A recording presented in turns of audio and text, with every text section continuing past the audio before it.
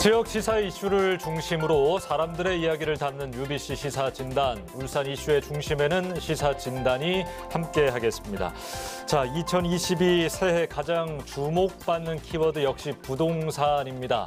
대선도 이제 코앞이라서 지지하는 후보에게 새로운 부동산 정책 기대감도 있으실 거고, 울산 같은 경우에는 또 부울경 메가시티 출범을 앞두고 있기 때문에 어떤 변화가 있을지 시민들의 관심이 높은 상황입니다.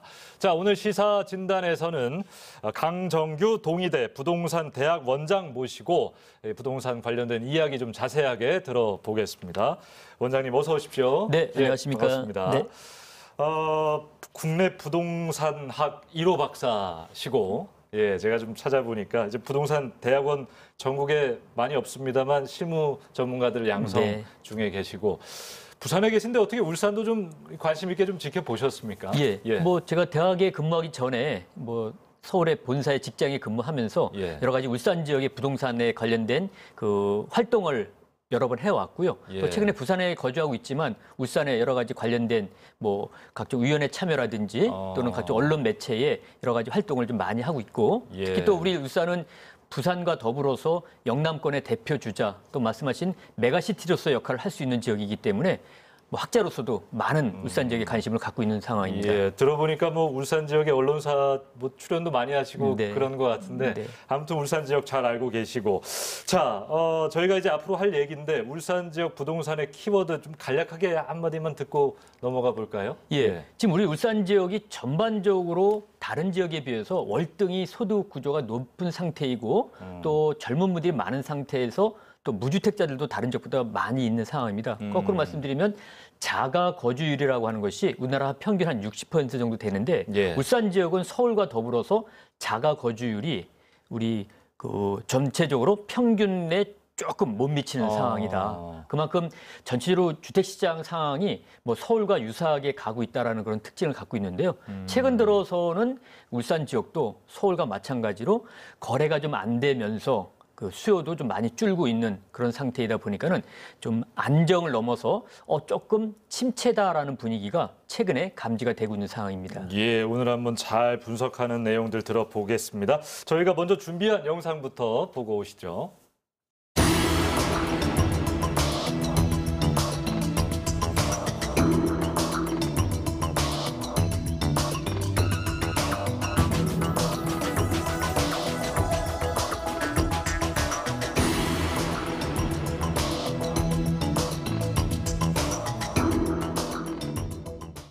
자, 부동산 관련 이야기는 항상 큰 관심거리입니다. 부동산 뭐 이런 질문 많이 받으셨을 것 같은데 지금 시장 분위기 어떤지 먼저 간단하게 설명을 좀 해주실까요? 앞서 말씀드렸지만 전반적으로 거래가 좀 안 되고 있고요.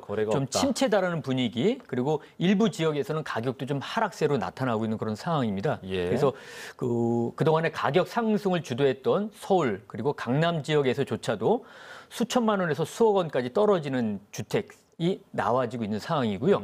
또 울산이나 인근 부산 지역도 대도시 지역도 거래가 좀 상당히 많이 안 되면서 가격이 좀 하향 안정화되어져 있다. 하지만 이런 모습들이 앞으로도 계속적으로 이루어질 수 있다라고 하는 것을 좀 단언하기는 좀 이르다. 특히 3월 9일 날 있을 대통령 선거에서 그 선거 결과에 따라서는 일부 그 좀 규제 완화를 기대하는 그러한 분들의 투자 수요가 다시 시장에 그 진입을 하게 되면은 지금 같은 분위기랑 다소 사뭇 다른 분위기도 전개될 수 있다. 따라서 지금 같은 하향 안정세가 앞으로 계속적으로 이어질 수 있을 것이다라고 하는 판단은 3월 9일 대통령 선거 결과에 따라서 5월경에 새로운 정부가 만들어진 이후 그 새로운 정부의 부동산 정책 기조에 따라서 큰 변화의 한 모습을 다시 나타날 수도 있다라고 생각이 들고 있습니다. 그렇군요. 이게 사실은 말씀하신 대로 추세를 저희가 좀 정확하게 봐야 되잖아요. 작년 가을부터 좀 시작된 것 같은데 올해 1월 말부터 완전히 좀 확 바뀐 느낌이 좀 들거든요. 사실 2월 10일에 발표된 한국부동산원 발표 자료를 보더라도 0%대 지수가 뭐 나오고 마이너스 나오고 이게 뭐 2년 만이라고 하던데. 그러니까 지금 전국적인 좀 상황을 짚어주신 것 같은데 울산도 비슷하게 가고 있는 겁니다. 예, 울산 지역도 지금 중구와 남구 지역이 조정 대상 지역에 포함됨으로 인해서 그동안의 가격 상승률을 이 두 지역이 상당히 많이 주도를 했었는데 그 조정 대상 지역 지정 이후에 중구와 남구 지역에 안정세가 나타나기 시작을 했고요. 예. 중구와 남구 지역을 제외한 동구라든지 북구, 울주군 지역으로 이 소위 말하는 풍선 효과가 좀 확산되면서 그동안에 좀 가격이 덜 올라갔던 말씀드렸던 동구, 그다음에 그 울주군 또 이런 북구 지역 중심으로 가격이 좀 올라갔었습니다. 하지만 이 지역들에서조차도 지금 그 공동주택 공시가격 1억 원 이하짜리 저가주택이 급속히 소진되면서 대부분의 수요가 좀 많이 낮아졌습니다. 그래서 예. 현재는 조정 대상 지역인 그 중구와 남구 지역도 안정세이고요. 그다음에 풍선 효과가 나타났던 나머지 세 개 지역에서도 거래가 좀 많이 침체가 되고 안정세로 좀 돌아서 있는 그런 상황이라고 보시면 되겠습니다. 예. 지금 뭐 거래는 거의 전멸 수준이고 네. 매물 쌓이고 있고 아까 원장님께서 대선 이후도 한번 또 봐야 된다 이렇게 네. 말씀해 주셨는데 사실 부동산 가격이라는 게 어떤 시장이 이 분위기를 어떻게 받아들이고 있는가가 결정하는 거잖아요. 네. 앞으로도 계속 좀 떨어질 거라는 심리가 지금 지배적인지 네. 지금 뭐 관련된 전문가들 뭐 많이 만나고 계실 테니까 네. 어떻습니까? 일단은 가격이 상승을 할 만한 요인도 일부 있긴 하지만 대세적인 차원에서는 하락 요인이 더 크게 작용을 하고 있는 하락 요인이 더 상황입니다. 크다. 예를 들자면은 우리 시청자 여러분들 잘 아시는 것처럼 금리가 가파르게 올라갈 것으로 예상이 되고 있고요. 예. 또 지난해 며칠에 올라갔지만 올해도 미국 기준금리 인상에 따라서 우리나라의 한국은행 기준금리도 같이 인상될 여건이 되기 때문에 금리 인상에 대한 가격 하락 요인이 있고요.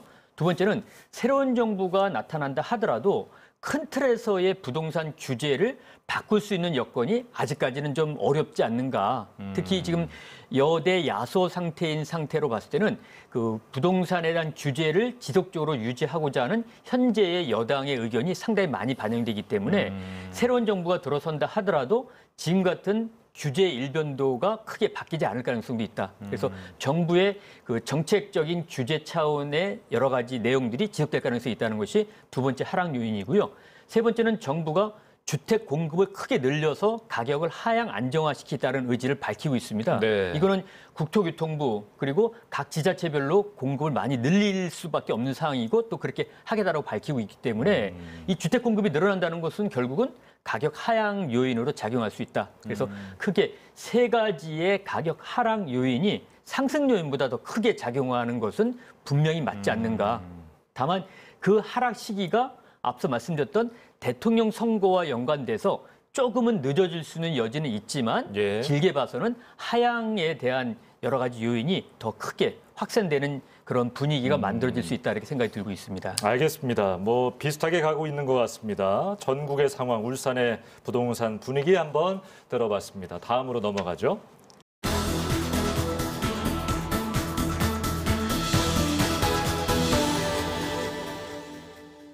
자, 조금 더 자세하게 우리 지역 이야기를 좀 들어가 네. 보도록 하겠습니다.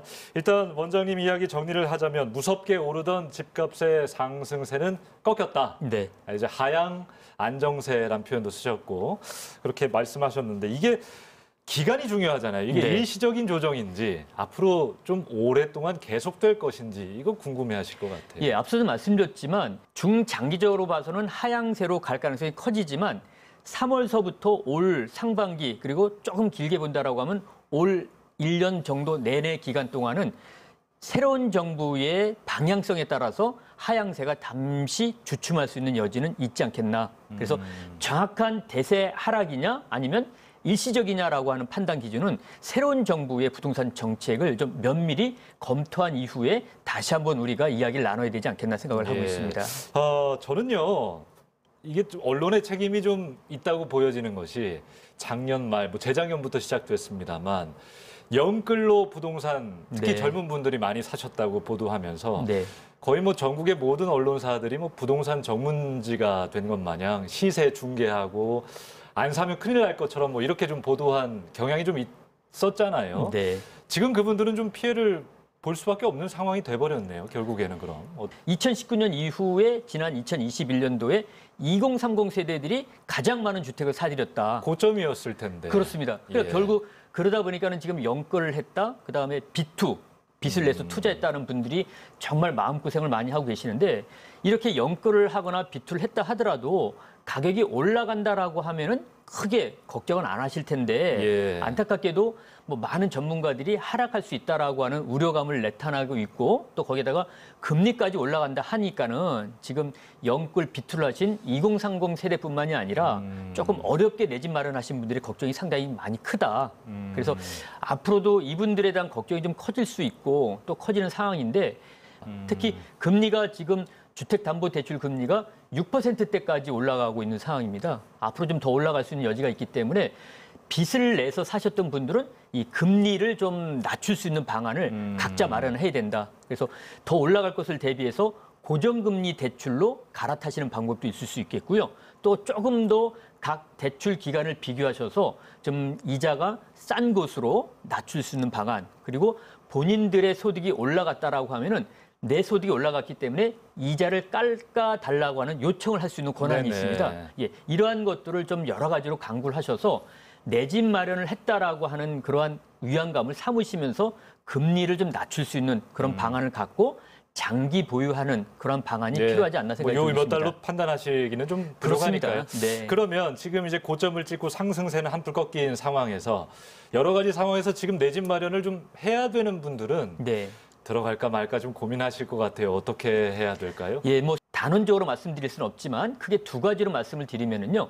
앞으로의 집값은 제 개인적으로 봤을 때는 가격이 올라가는 지역, 떨어지는 지역의 양극화를 넘어서 소위 말하는 삼극화, 즉 세 가지 국면의 현상이 우리 울산 지역에서 나타날 수 있다.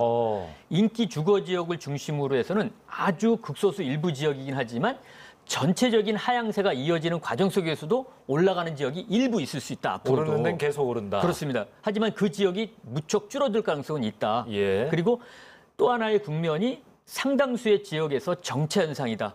팔리지도 않고 사지도 알리지도 않고 가격이 올라가지도 않고 떨어지지도 않는 지역이 나타난다. 하나가 추가된 거군요. 그렇습니다. 상극화에. 그다음에 마지막으로는 크게 떨어지는 지역. 이렇게 해서 일부 올라가는 지역, 정체되는 지역, 하락 지역이 나타날 수 있는 상황인데 10개 중에 한두 개에 올라가는 이런 인기 주거 지역에 내 집 마련을 하고자 하신 분들의 경우는 금리 인상에 대한 그리고 자금에 대한 안정적인 수단 방법만 마련돼 있다라고 하면은 어떻게 보면 적극적으로 집을 사실 수 있는 기회가 지금 하향 안정기에 적합하지 않겠나라는 생각이 들고 있고요. 반면에 10개 중에 정체 내지는 하락할 수 있는 여지가 있는 7, 8개에 해당되는 주택을 구입하시려고 하신 분들은 조금 시간적 여유를 가지시고 기다리시는 것들도 하나의 방법일 수 있다. 거기에다가 정부가 적극적으로 저렴한 공공주택 그리고 민간주택을 아주 많이 공급하겠다고 하니 기다리게 되면은 저렴한 새 아파트를 우리 무주택자분들이 가져갈 수 있는 그런 시기도 올 수 있기 때문에 10개 중에 7, 8개 가격이 올라가지 않을 가능성이 있는 지역의 주택을 구입하시려고 하신 분은 조금 기다리는 것들도 미덕일 수 있다. 그러니까 달리 정리하자면 예전에는 거의 대부분의 아파트가 우상향을 그렸다면 이제 그런 집들은 일부가 그렇습니다. 더더욱 일부가 되고 있다.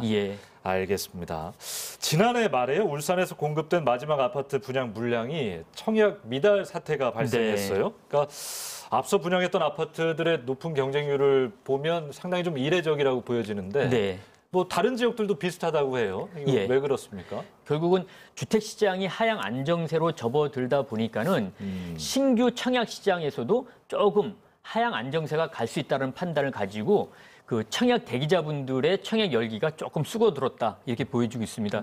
하지만 지금 같은 울산 지역의 일부 청약이 미달되는 모습이 전체 울산 지역의 청약 시장의 분위기라고 볼 수는 좀 어렵지 않겠는가. 결국은 그 최근에 분양한 울산 지역의 신규 분양 단지가 어느 위치에 놓여져 있는 지역이냐. 그래서 입지에 대한 차별성 그리고 가격이 주변 시세보다 높아냐 좀 낮게 분양을 했느냐에 따른 가격 경쟁력 같은 것들을 보시고 청약 대기자분들이 청약을 할 것인가 말 것인가를 판단을 했다라고 보여집니다. 따라서 울산 지역의 전체적인 청약 시장의 침체라기보다는 그 분양 단지의 개별적인 요인에 의해서 청약을 많이 할 수도 있고 하지 않았던 그런 하나의 단편적인 모습일 가능성이 좀 크다. 따라서 청약 시장조차도 조금 하향이냐 또 이렇게 미달 상태가 장기적으로 갈 것이냐에 대한 판단은 여전히 주택시장 분위기와 같게끔 조금 더 지켜볼 여지가 있다 이렇게 생각이 들고 있습니다. 정말 여러 가지를 지금 분석해야 되는 그런 네. 상황이 됐네요. 재작년 12월입니다. 남구와 중구가 이제 조정 대상 지역이 되면서 주택 매매 거래량 줄고 뭐 경기도 약간 주춤했는데 네. 해제될 가능성 좀 어떻게 보고 계세요? 예, 일단은 지금 이 조정 대상 지역에 대한 해제 여부가 6개월 단위로 끊어서 심사를 하게 되어 있습니다. 네. 그래서 지난 12월 달에 그 청약 조정 대상 지역 심사가 있었는데 그 한 지역도 조정 대상 지역에서 해제가 되고 있지 않았었습니다. 이것은 앞으로 6월 달에 있을 그 또 다른 그 규제 지역 해제 여부 심의에서도 그 상당수의 지역이 해제되기가 좀 어렵다라는 반증을 나타낼 수 있다. 결국은 이 조정 대상 지역이 지정될 때 몇몇 가지 지정 요건이 있었던 것처럼 예. 숫자적인 정량적인 차원에서 해제되는 여건도 그 정량적인 숫자적인 여건에 맞아야 되거든요. 근데 아직까지 중부 지역이나 남구 지역이 숫자적인 그 정량적인 기준에 해제 기준에 아직 맞아 있지 않다. 그러니까는 6월 달 이후에 지금보다 시장이 조금 더 어려워졌다라는 이야기가 나오는 상황이어야지만 해제가 될 가능성이 있다. 결국은 제 개인적으로는 6월 상반기에 있을 심의에서도 좀 일부 안타깝게 생각하시는 분도 계실 수 있지만 중구나 남구 지역은 조정 대상 지역에서 해제되기가 상당히 좀 어렵지 않겠나. 올해는 어렵다. 예. 그래서 결국은 올 하반기 12월 달에 있을 심의에서 시장 상황을 보고 그 당시 정도 돼야지만 해제 가능성에 대한 논의가 이루어질 수 있다. 이렇게 보여지고 있습니다. 예. 그러다 보니까 이제 풍선 효과라고 하죠. 네. 남구와 중구 외 지역으로 이제 몰리는 현상들. 북구, 동구, 울주군 울주. 지역으로 많이 예. 풍선 효과가 사실 나타났죠. 그리고 또 더 멀리 나가서는 뭐 울산의 위성 도시들까지로도 이제 그렇습니다. 가고 하시는데 네. 이런 현상들이 좀 지속될 거라고 보세요? 아니면 일시적인 걸까요? 예, 일단은 지금 그 풍선 효과에 대한 것들이 있기 때문에 동구 지역, 북구 지역, 울주군 지역의 가격이 많이 올라갔고요. 예. 또 하나는 이 풍선 효과 이외에 지금 말씀드렸던 동구나 북구, 울주군 지역의 가격이 올라갔던 이유는 그 비교적 저렴한 우리가 이제 흔히 말하는 이제 공동주택 공시가격이라고 하는 것을 이야기하고 있는데 정부가 매년 세금을 부과하기 위해서 그 산정하는 가격이 있습니다. 예. 이 가격이 1억 원 미만인 주택인 경우는 많은 세제 혜택이 있고 대출 규제가 좀 적었었습니다. 그래서 상대적으로 공동주택 공시가격이 싼 1억 원 이하짜리의 저렴한 주택이 비교적 남아져 있는 북구, 동구, 울주군 지역으로 우리 지역뿐만이 아니라 외지에서도 투자자들이 많이 몰렸기 때문에 네. 풍선 효과 플러스 비교적 저렴한 주택에 대한 투자적인 수요가 몰린 이 지역의 가격이 올라갔다 이렇게 보여지고 있는데 지금 현재 풍선 효과도 상당히 많이 반감이 됐고요. 또 정부에서 공동주택 공시가격 1억 원 이하짜리 주택을 구입하신 분들에 대한 전수조사를 지금 시작을 했습니다. 네. 그래서 이 투자적인 수요도 많이 감소할 가능성이 있기 때문에 지금까지 봐왔던 북구나 동구, 울주군 지역의 가격 상승세도 한풀 꺾일 가능성이 많이 있다 이렇게 생각이 들고 있습니다. 예, 뭐 정리를 잘해 주시니까 질문이 좀 많아지는데 네. 자, 부울경 메가시티가 이제 올해 출범합니다. 네. 이것 때문에 좀 집값 변동은 어떻게 될지 기대하시고 뭐 좀 그런 궁금증 가지시는 분들 많은데 어떻게 예상하십니까? 일단은 뭐 메가시티가 만들어지게 되면은요, 예. 흔히 말하는 규모의 경제라고 얘기를 하죠. 그동안에 수도권 중심으로 몰렸던 여러 가지 경제 여건이라든지 예. 사람 돈이 우리 지역으로 메가시티로 몰린다는 그런 장점이 있습니다. 그래서 울산뿐만이 아니라 부산, 경남 지역이 모두 이 메가시티에 대한 큰 경제적인 효과를 볼 수 있다 이렇게 생각이 들고 있습니다. 예. 다만 우리 메가시티 안에서 울산, 부산, 경남 지역을 두고 봤을 때는 과연 어떤 효과가 나타날 수 있을까? 그러니까요. 예, 예. 여기에서 봤을 때는 우리 울산 지역이 제 개인적인 생각으로는 부산 지역보다는 경제적 효과가 좀 덜하지 않겠는가. 결국은 서울과 메가시티를 비교하면은 서울이 더 크기 때문에 서울 쪽으로 돈과 사람이 많이 몰리고 경제력이 집중된 것처럼 우리 메가시티 지역 중에서는 인구 300만에 해당되는 부산과 우리 인구 110만 2만 정도 되는 울산 지역과 비교해 봤을 때는 또 다른 규모의 경제가 부산 쪽으로 몰릴 가능성이 있다. 그래서 결국은 지금 이제 주거 여건이라든지 여러 가지 뭐 상업, 그다음에 서비스와 관련된 것들은 부산 쪽으로 교통 여건이 개선되면서 네. 부산 쪽으로 많이 몰릴 가능성이 있다. 그래서 제가 볼 때는 우리 울산 지역에서는 이러한 규모의 경제에 의해서 울산에서 부산으로 여러 가지 경제력이 이전되는 것들을 방지하기 위해서는 결국은 상업, 서비스는 부산으로 몰리는 것들을 감안할 경우에 산업 구조에 대한 것들을 울산 쪽으로 많이 집중을 시킨다는 노력이 필요하다. 그래서 서비스와 상업은 부산 쪽으로 일부 뺏길 수 있지만 산업 활동은 울산 지역에 큰 장점을 가지고 울산 쪽으로 집중을 해달라고 하는 여건을 많이 메가시티 안에서도 강조를 할 필요가 있다. 그렇지 않게 된다라고 하면은 이 산업 구조뿐만이 아니라 상업, 서비스도 비교적 규모의 경제에 해당되는 부산 쪽으로 쏠림 현상이 있기 때문에 네. 그 흔히 말하는 메가시티에 대한 효과가 반감될 수 있기 때문에 산업에 대한 집중도를 높이려는 그런 울산시의 노력이 필요하다라고 생각이 들고 있습니다. 사실 저희 울산이 가장 걱정했던 빨대 효과인데 그렇습니다. 잘하는 걸 더 키우자 산업적으로 네. 그런 발굴하는 것이 네. 필요하다라는 네. 지적도 해주셨습니다.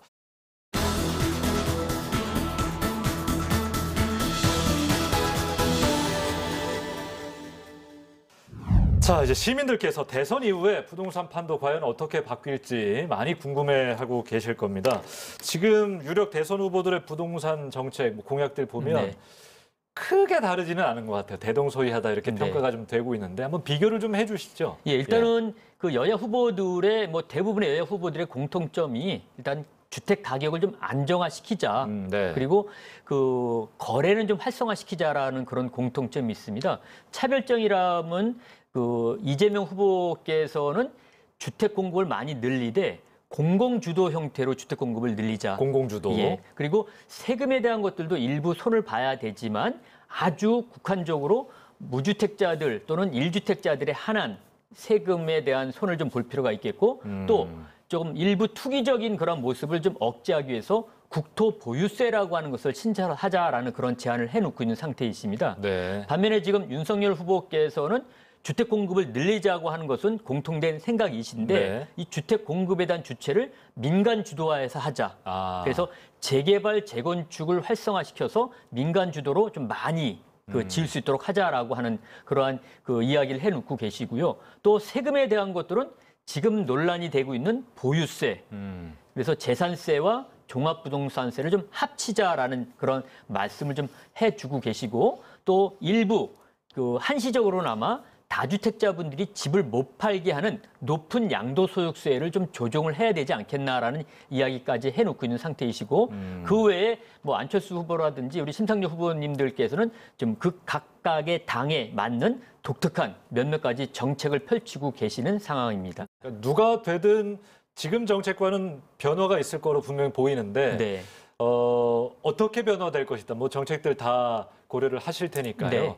뭐가 가장 크게 바뀔 거라고 예상을 그럼 하십니까? 예, 일단은 네. 주택 공급이 생각보다 아주 많이 늘어납니다. 아주 많이 늘어난다. 네, 그래서 일단 뭐 계속해서 말씀드리지만 집을 사고자 하시는 분들이 뭐 정말 뭐 여러 가지 본인들의 특성, 뭐 학교, 직장, 그다음에 가격 같은 문제만 고려하지 않는다라고 하면은 네. 앞으로 예상하고 있는 물량으로만 보더라도 내 집 마련에 상당한 기여를 할 수 있을 것이다. 그래서 결국은 앞으로의 그 새로운 정부가 들어서더라도 이 주택 공급에 대한 효과는 분명히 나타날 수 있어서 무주택자분들 입장에서는 지금보다는 내 집 마련에 대한 여건이 훨씬 더 좋아질 수 있는 여지가 충분히 있다라고 생각이 들고 있습니다. 그러면 이제 내 집 마련하시는 분들 뭐 하향세를 탔고 조금 더 고민하실 것 같은데 그럼 그 기간 동안 전세를 예를 들면 사셔야 네. 된다면 네. 지금 문제가 되는 게 이제 오는 7월에 네. 그 새 임대차 계약법인가요? 계약갱신 청구권 예. 제도가 이제 2년 만기가 돼서 이제 소위 말하는 계약갱신 청구가 소멸되는 그러한 이제 그 단계들이 시점이 나오겠죠. 오는 거잖아요. 네. 그러면 그때 전세 가격이 또 상승할 거란 예상을 좀 하게 되는데 올라갈 가능성이 걱정이 있습니다. 좀 되시겠어요. 네, 그래서 지금 무주택자분들이 조금 기다리게 되면은 가격은 떨어질 수 있는데 이제 문제는 이번 돌아오는 7월, 8월 달 경에 계약갱신 청구권이 소멸되면서 이제 새롭게 계약갱신이 만료가 돼서 새로운 전세 계약을 하셨던 분들이 앞으로 좀 일시적으로나마 고통을 겪을 수 있다. 그래서 집주인분들 입장에서는 2년마다 세입자를 바꿔서 가격을 올려왔는데 지금 2년마다 세입자를 바꿀 수 있는 이 계약갱신이 4년으로 바뀌면서 네. 올해 7, 8월 달이 쉽게 말씀드리면 4년 차가 끝나는 첫 해가 되는 것들입니다. 네. 그러니까 집주인 입장에서는 자, 잘 됐다. 그러면 내가 이번 7월, 8월 달에는 한번 지금 현재 세입자 내보내고 내가 한번 마음껏 전셋값을 올려보겠다라고 마음을 먹고 계신 분들이 상당히 많이 계십니다. 그러한 그 집주인들의 생각과 좀 저렴하게 집을 구하려고 하는 세입자들의 아주 가격 측면에서의 상충이 가장 커지는 첫 시점이 7월, 8월 달이 될 수 있다. 거기에다가 새 아파트를 정부가 많이 줘주겠다라고 하고 울산시에서도 많이 줘주겠다 하는데 그 아파트가 내 것이 되려고 그러면 앞으로 최소한 4, 5년 정도가 돼야지만 되거든요. 예. 그래서 일부에서는 이러한 상황을 가지고 희망 고문이다라는 이야기까지 하고 계십니다. 그래서 안타깝게도 올해 7, 8월 달에 전세를 사시는 분들, 특히 전세 계약이 만료되시는 분들인 경우는 일시적으로나마 조금 그 내 집 마련에 대한 고민이 커질 수 있고 전세난으로 인한 고충도 커질 수 있는 시기가 한 번쯤은 올 수 있지 않겠나 생각을 하고 있습니다. 예, 고민거리가 좀 많아지셨겠네요. 알겠습니다. 정리를 잘해 주셨네요.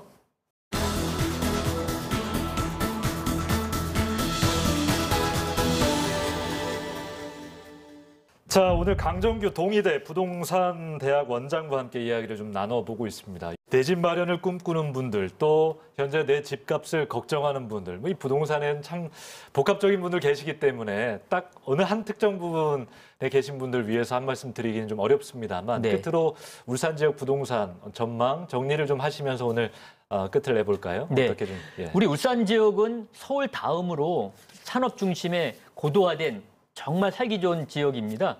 이러한 지역에서 내 집을 갖고 계신 분들의 그 여러 가지 뭐 안식처로서 역할도 하고 있지만 아직까지 울산 지역에서도 10가구 중에 4가구에 해당되는 무주택자분들도 계십니다. 그래서 울산시에서는 조금 더 주택 공급을 늘리려는 대책들이 필요할 것으로 생각이 되고 있고 또 이러한 집을 공급하되 적재적소에 양질의 집을 제공해 주려는 노력들을 우리 울산시에서도 해야 된다. 아울러 우리 무주택자분들도 앞으로 주택 가격이 하향 안정화될 수는 있지만 내 집은 반드시 필요하다는 생각을 가지시고 적극적으로 내 집 마련에 나설 필요는 있다. 이렇게 생각이 들고 있습니다. 아울러 다주택자분들의 경우에도 뭐 투자적인 측면에서의 접근도 상당히 필요하지만 앞으로 주택 가격이 상당히 안정될 수 있다라고 하는 것들도 염두에 두시는 그런 부동산 활동이 되어야 한다라고 생각이 들고 있습니다. 예, 알겠습니다. 자, 시사진단 끝으로 어떤 곡을 좀 들으면서 마무리를 해볼까요? 네. 네. 우리나라 정말 아름다운 강산입니다. 이 살기 좋고 또 우리 울산 지역 정말 쾌적한 산업도시로 역할을 하고 있는데요. 제가 같이 우리 시청자 여러분들과 듣고 싶은 곡은 이선희 님의 아름다운 강산이라는 노래이고요. 제가 제일 좋아하는 그러한 노래곡 중에 하나라고 생각이 들고 있습니다. 예. 감사합니다. 오늘 얘기 듣고 보니까 좀 기회 될 때마다 자주 모셔야 되겠다는 생각 네. 들었습니다. 강정규 동의대 부동산 대학 원장이었습니다. 고맙습니다. 네, 감사합니다. 자, 코로나19 이후로 더욱 심화됐습니다. 이 자산의 양극화 현상, 그 정점에는 부동산이 자리 잡고 있습니다. 우리 삶에서 가장 중요한 3가지 의식주라고 하죠. 가장 큰 문제, 이 주거에 대한 고민 하루빨리 해소시킬 대책 나오기를 기대하겠습니다. 시사진단 여기까지 하겠습니다. 고맙습니다. 달려보자 저 광야